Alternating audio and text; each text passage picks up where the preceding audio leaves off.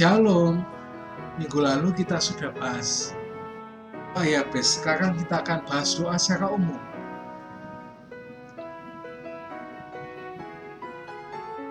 Adalah suatu aspek paling intim dalam kehidupan spiritual kita. Namun, meskipun terlihat sederhana, banyak dari kita yang tanpa sadar membuat kesalahan fatal dalam berdoa yang bisa mengalih hubungan kita dengan, termasuk dosa juga.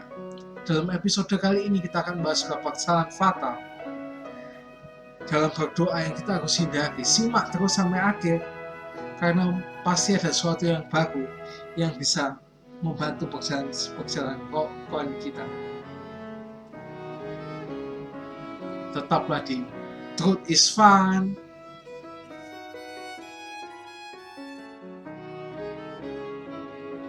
Nah, kesalahan pertama itu apa?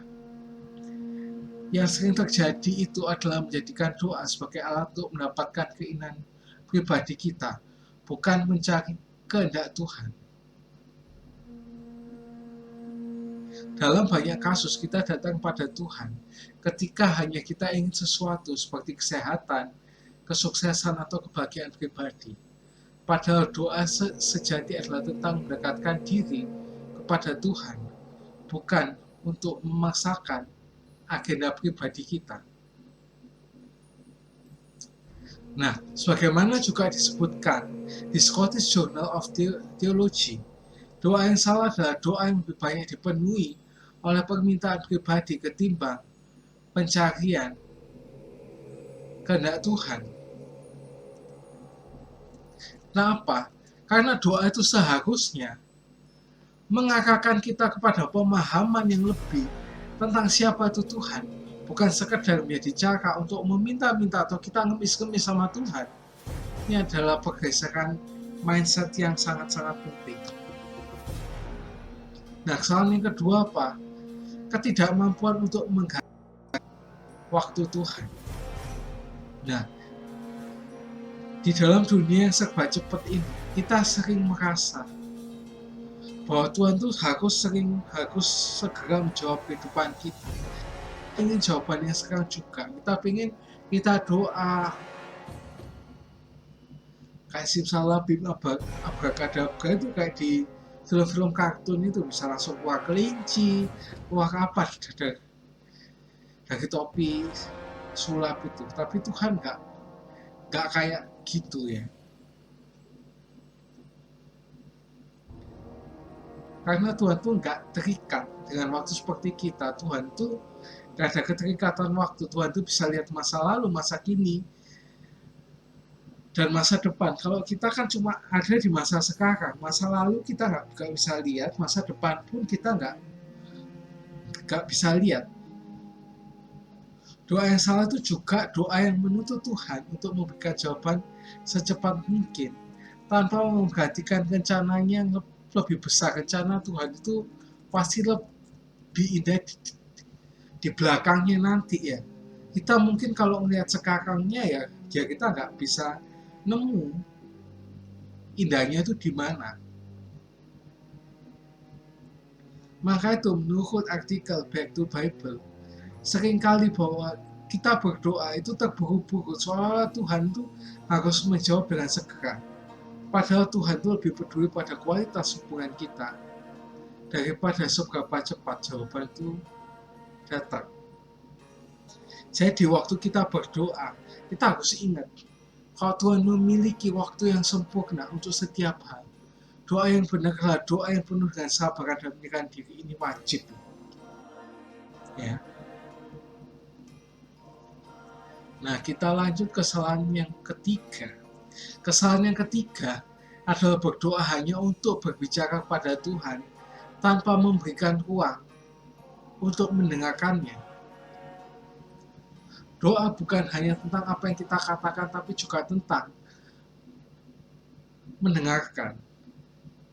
Banyak orang berfokus pada minta terus ngemis terus sama Tuhan, tapi lupa kalau doa itu adalah komunikasi antara kita dengan Tuhan. Komunikasi itu harus ada penerima dan juga ada yang ngomong juga ya. ada transmitter, ada receiver juga gitu loh. Kalau kita tuh harus doa secara dua arah, kita tuh harus juga mendengarkan suara Tuhan, walaupun tuh nggak gampang ya. Dalam Scottish Journal of Theology dikatakan bahwa doa yang benar melibatkan bukan hanya permintaan tapi juga pendengaran. Jika kita hanya berbicara tanpa mendengarkan, kita melewatkan bagian penting dari komunikasi dengan Tuhan. Seperti tadi dibilang, kalau doa itu adalah komunikasi dua arah sama Tuhan.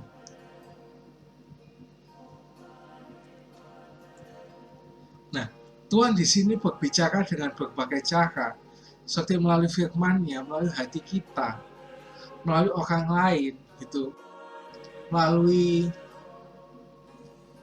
apa yang ada di dalam medsos kita, dan juga mungkin melalui dalam keadaan di hidup kita. Sehingga apa, jangan biarkan doanya jadi monolog, tapi jadikan itu sebagai dialog. Karena monolog itu lagu, ya, itu lagu ya, monolog itu lagunya, kalau nggak salah lagunya Firsa Besari ya, Firsa Besari atau Pamungkas, ya sekitaran itulah monolog itu lagu. Kesalahan yang keempat, yaitu berdoa tanpa ketulusan hati. Doa yang tidak tulus adalah doa yang dilakukan hanya untuk memenuhi kewajiban atau sekedar ritual. Dalam Alkitab kita sering melihat orang-orang yang berdoa dengan niat yang salah atau berdoa hanya untuk dilihat orang mendapatkan pujian, seperti orang Farisi dan ahli Taurat yang selalu berdoa di jalan-jalan supaya terlihat suci, dan juga doanya itu diulang-ulang dalam hal yang sama, tapi gak bermaksud ya, gak bermaksud menjelek-jelekan sebelah itu ya, gak sama sekali gak ada maksud kayak gitu, tapi di Alkitab itu dikatakan kayak gitu. Menurut dari artikel Back to Bible tadi itu, doa yang tulus datang dari hati yang benar-benar ingin bertemu dengan Tuhan, bukan sekedar rutinitas atau kepentingan pribadi. Nah, ketulusan hati adalah kunci dalam doa. Tuhan tahu apa yang dalam hati kita, dan Dia menginginkan doa datang dari tempat yang benar, bukan dari sekedar kewajiban atau keinginan yang pingin dipuji. Kesalahan yang terakhir adalah berdoa tanpa menghormati keheningan dan ketidakpastian dalam hidup. Doa bukan hanya tentang permintaan atau jawaban, tapi juga tentang menerima bahwa kita tidak selalu mengerti atau mengandalkan segalanya.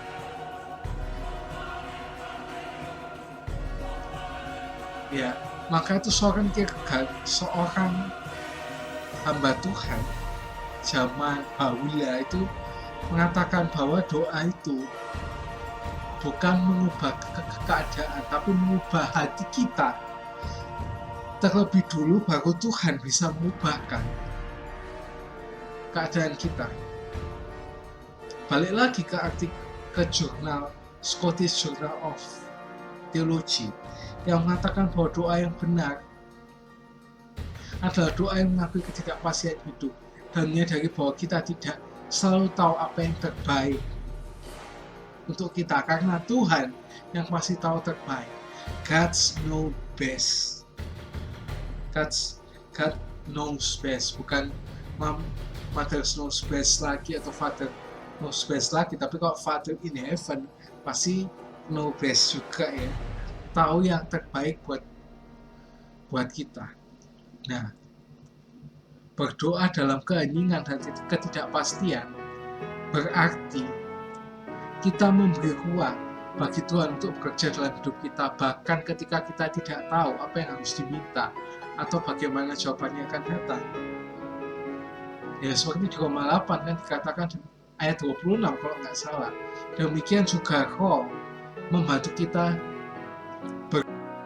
dalam masalah-masalah yang tidak terucapkan gitu. Jadi itu dia, ada 5 kesalahan fatal yang harus kita hindari dalam berdoa.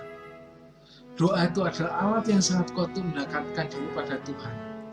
Namun, kita harus melakukannya dengan hati yang tulus, sabar, dan siap mendengarkannya.